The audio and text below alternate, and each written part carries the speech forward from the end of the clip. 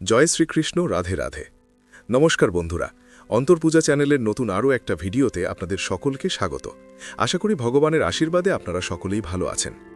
আজ পৌষ মাসের প্রথম দিন, যা আমাদের কৃষি ও ঐতিহ্যের সঙ্গে গভীরভাবে যুক্ত। আজকের দিনে বাড়িতে সুখ সমৃদ্ধি বজায় রাখতে একটি বিশেষ কাজ করার প্রচলন রয়েছে। হিন্দু ধর্মে পৌষ মাসের বিশেষ গুরুত্ব রয়েছে। এই মাসটিকে অনেকেই লক্ষ্মী দেবীর মাস বলে বিভিন্ন নিয়ম আচার পালন করেন। এই মাসে দেবী লক্ষ্মীর পাশাপাশি সূর্যদেবের পুজো করলে শুভ ফল পাওয়া যায়। চলুন জেনে নেওয়া যাক এই পৌষ মাসের প্রথম দিন কোন কাজ করলে শুভ ফল পাওয়া যায়। হিন্দু ক্যালেন্ডার অনুযায়ী নবম মাস হল এই পৌষ মাস। এই দিনটি সূর্যের আরাধনার জন্য বিশেষ গুরুত্বপূর্ণ, কারণ এই দিনটিতে সূর্যের আরাধনা করলে শুধুমাত্র সূর্যদেব প্রসন্ন হন এমনটা নয়, এই দিনটিতে সূর্যের আশীর্বাদ আপনার রাশিতে সূর্যের অবস্থান আরও শক্তিশালী করে। এই দিন সূর্যদেবকে তুষ্ট করার জন্য সূর্যোদয়ের আগে ঘুম থেকে উঠুন, স্নান করুন এবং পরিষ্কার কাপড় পরিধান করুন। এরপর বাড়ির পূজার স্থানে ভগবানের সামনে প্রদীপ জ্বালান। বাড়ির সদর দরজায় এবং ঠাকুর ঘরে অল্প গঙ্গা জল ছিটিয়ে দিন। সম্ভব হলে দরজার দুপাশে দুটি স্বস্তিক চিহ্ন আঁকুন। এরপর একটি তামার পাত্রে চন্দন, অক্ষত, লাল ফুল রেখে সূর্যদেবকে অর্ঘ্য নিবেদন করুন। এছাড়াও সূর্যদেবতাকে সন্তুষ্ট করার জন্য অর্ঘ্য নিবেদন করার সময় এই মন্ত্রটি পাঠ করতে হবে: ওম সূর্যায় নমঃ, ওম বাসুদেবায় নমঃ, ওম আদিত্য নমঃ। অগ্রহায়ণ সংক্রান্তি ও পৌষের শুরু এই সময় অত্যন্ত শুভ বলে মনে করা হয়। এই শুভ সময়ে বিশেষ কিছু নিয়ম পালন করলে সহজেই কাটিয়ে উঠতে পারবেন আর্থিক সমস্যা। বিশেষ এই উপচার পালন করলে মনে করা হয় সারা জীবনের মতো আর্থিক সমস্যা কাটিয়ে উঠতে পারবেন আপনি।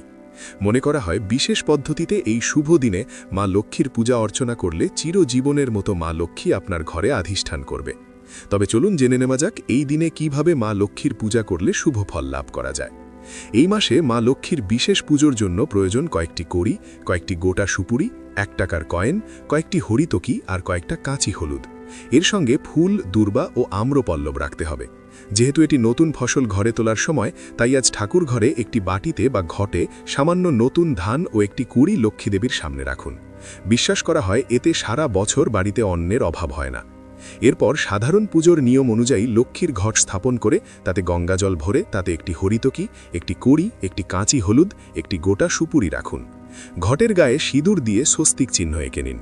ঘটের ওপরা আম্রপল্লব নিয়ে ওপরে একটি হরিতকি রাখুন। প্রতিটি আমের পাতায় সিঁদুরের ফোঁটা দিয়ে দিন। পুজোয় ফল বা মিষ্টি দিয়ে নৈবেদ্য সাজিয়ে নিন। এরপর ধূপ ধুনো জ্বালিয়ে নিন। এই মঙ্গল ঘট স্থাপনের পর আপনাকে উচ্চারণ করতে হবে বিশেষ মন্ত্র: ওম শ্রীং লক্ষ্মী দেব্যই নমঃ। এই মন্ত্র 108 বার উচ্চারণ করে আপনার মনস্কামনা জানান মা লক্ষ্মীকে। আজ সন্ধ্যায় তুলসী তলায় এবং ঠাকুর ঘরে অবশ্যই ঘিয়ের বা তেলের প্রদীপ জ্বালান। এতে নেতিবাচক শক্তি দূর হয় এবং সংসারে শান্তি বজায় থাকে। পুজো শেষে ঘট তুলে ফেলার পর ঘটের জল কোনো পুকুর বা জলাশয়ে ফেলে দেবেন, কিন্তু এটি জলাশয় ছাড়া যেখানে সেখানে ফেলবেন না। এই পৌষ মানেই নবান্নের উৎসব। এই দিন নতুন চাল ও গুড় দিয়ে তৈরি পিঠে পুলি এই মাসের অন্যতম প্রধান আকর্ষণ।